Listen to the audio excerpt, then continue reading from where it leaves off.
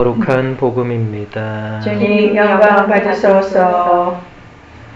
예수님께서 제자들의 발을 씻어 주신 다음 그들에게 말씀하셨다. 내가 진실로 진실로 너희에게 말한다. 종은 주인보다 높지 않고 파견된 이는 파견한 이보다 높지 않다. 이것을 알고 그대로 실천하면 너희는 행복하다. 내가 너희를 모두 가리켜 말하는 것은 아니다. 내가 뽑은 이들을 나는 안다. 그러나 제 빵을 먹던 그가 발꿈치를 치켜들며 저에게 대들었습니다. 라는 성경 말씀이 이루어져야 한다.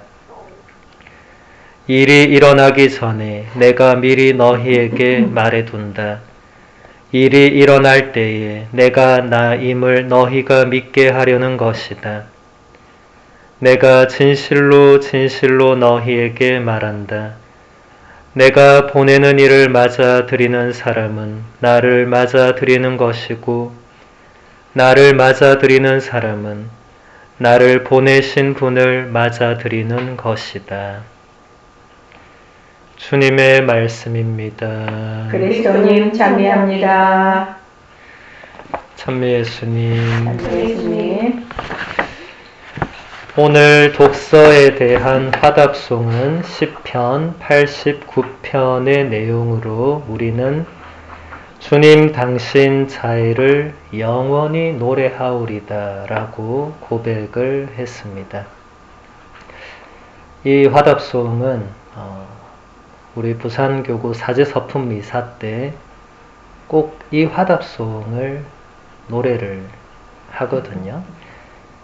저는 1학년 때부터 성가대로 끌려가서 제 바로 위에 선배들 서품 받을 때까지 10년 동안 서품미사에 노래를 불렀어요. 그래서 이 시편을 10년 동안 불렀습니다.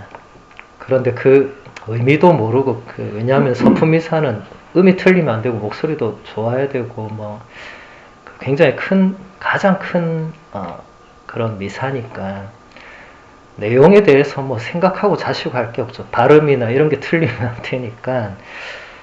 근데 오늘 이렇게 이 화답송을 가만히 보면서 이 내용을 묵상했어야 되는데 참 노래에 치중한다고 그때 내가 참 많이 어렵구나 이렇게 생각을 해보니까 이 사제가 된다는 것이 이게 하느님의 사랑 아니면 이게 불가능하고 하느님이 다윗을 선택하신 것처럼 여기서 다윗에 대한 선택이 나오거든요. 이 시편에.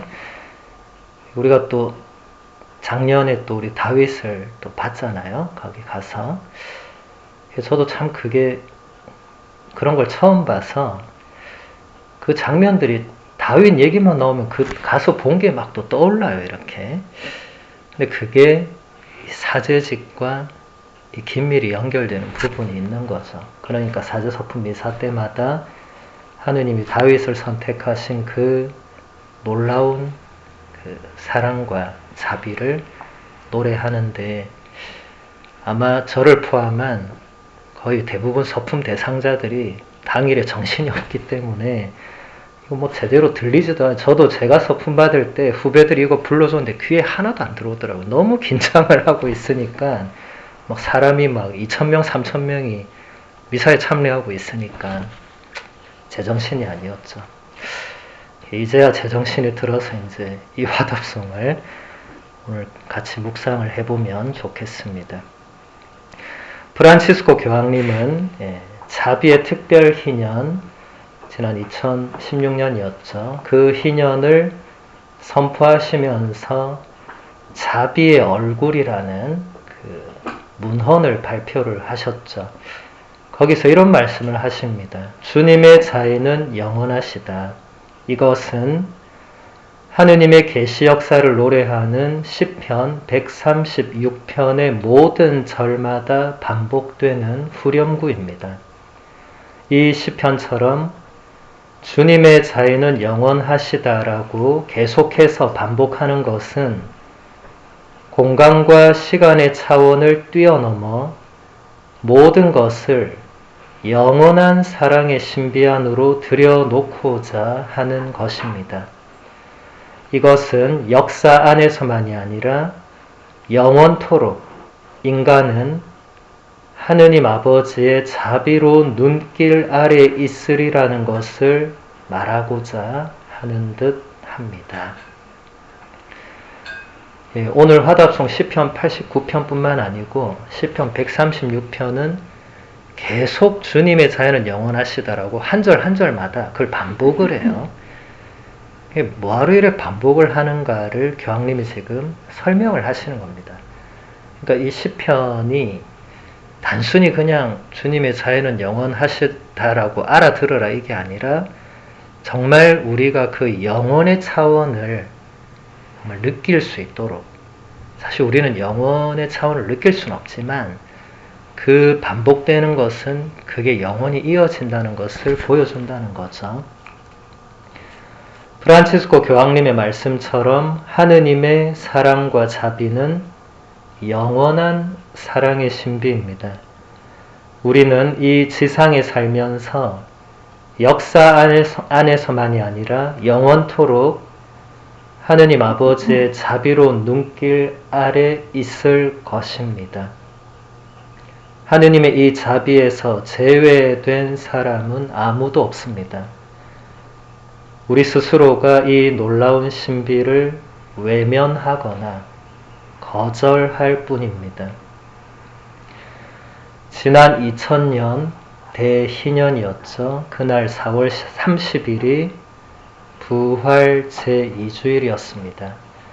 이때 이 3000년기에 들어서는 첫 번째 시성식이 거행이 되었는데 그때 요한 바울 2세 교황님이셨죠. 그분이 그때까지 거의 알려져 있지 않았던 폴란드의 마리아 파우스티나 코발스카 수녀님을 성인 품에 올렸습니다.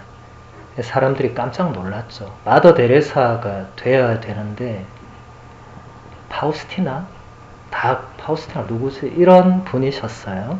아직도 사람들은 그분을 잘 모를 겁니다. 어제 성지순례 가니까 그분 한쪽에 이렇게 조금 나오긴 나오던데, 평범한 수녀님이었던 파우스티나 성녀는 자신의 일기에서 하느님의 자비를 그분의 가장 위대하고 고귀한 본성으로 묘사를 했으며 하느님의 자비가 바로 그분의 신적인 완전함을 드러낸다고 강조했습니다.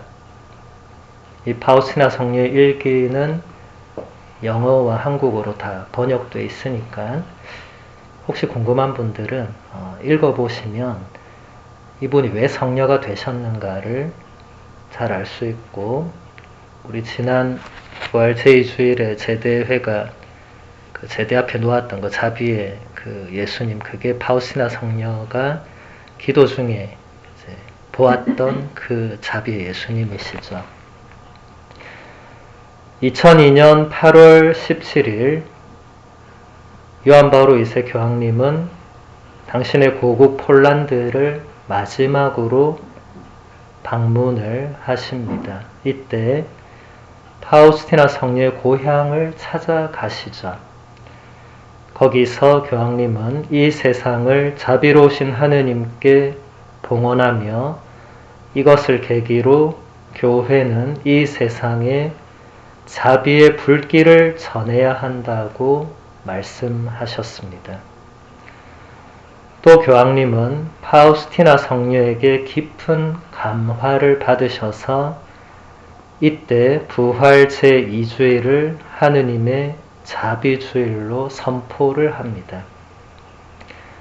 이에 따라 우리 가톨릭 교회는 해마다 부활 제2주일을 하느님의 자비주일로 지내고 있죠. 요한 바울 2세 교황님은 어제 거기 가서 보신 분들은 기억나겠지만 2005년 4월 2일에 세상을 떠났는데 이날이 하느님의 자비주일로 들어가는 저녁이었습니다. 수많은 사람들이 이것은 우연이 아니라 하느님의 섭리라고 생각을 했죠. 교황님의 말씀처럼 우리는 하느님의 이 놀라운 자비를 세상에 선포해야 하는 사람들입니다. 우리는 오늘 화답송처럼 주님의 자애를 영원히 노래해야 하는 사람들입니다. 그리고 자비로우신 하느님을 닮아서 우리도 자비로운 사람이 되어야 할 것입니다. 프란치스코 교황님이 강조하고 계시는 무관심의 세계화, 이것이 팽배해 가고 있는 이 세상에서 우리가 진정 자비로운 사람으로 살아간다면 성 요한 바오로 2세 교황님이 말씀하신 그 자비의 불길이 이 세상을 변화시켜 나갈 수 있으리라고 생각합니다.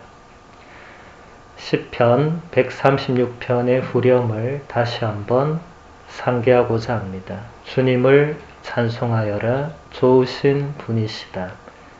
주님의 자애는 영원하시다.